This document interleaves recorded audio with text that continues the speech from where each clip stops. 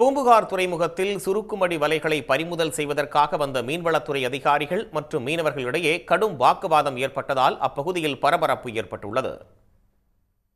தமிழ்நாடு அரசால் தடை செய்யப்பட்ட சுருக்குமடி வலையை பயன்படுத்தக்கூடாது என மீன்வளத்துறை உத்தரவு பிறப்பித்துள்ளது.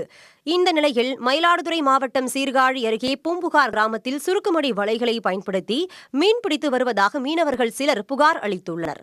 இதனையடுத்து சுருக்குமடி வலைகளை பறிமுதல் செய்ய நாகை மீன்வளத்துறை அதிகாரிகள் பூம்புகார் துறைமுகத்திற்கு வந்ததால் மீனவர்கள் மற்றும் அதிகாரிகள் இடையே கடும் வாக்குவாதம் ஏற்பட்டது.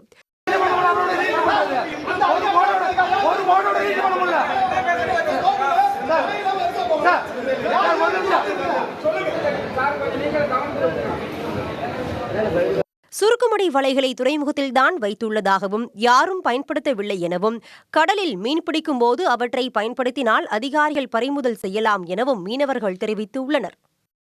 உடனுக்குடன் செய்திகளை தெரிந்து கொள்ள சன் நியூஸ் பெல் ஐகானை கிளிக் பண்ணுங்க.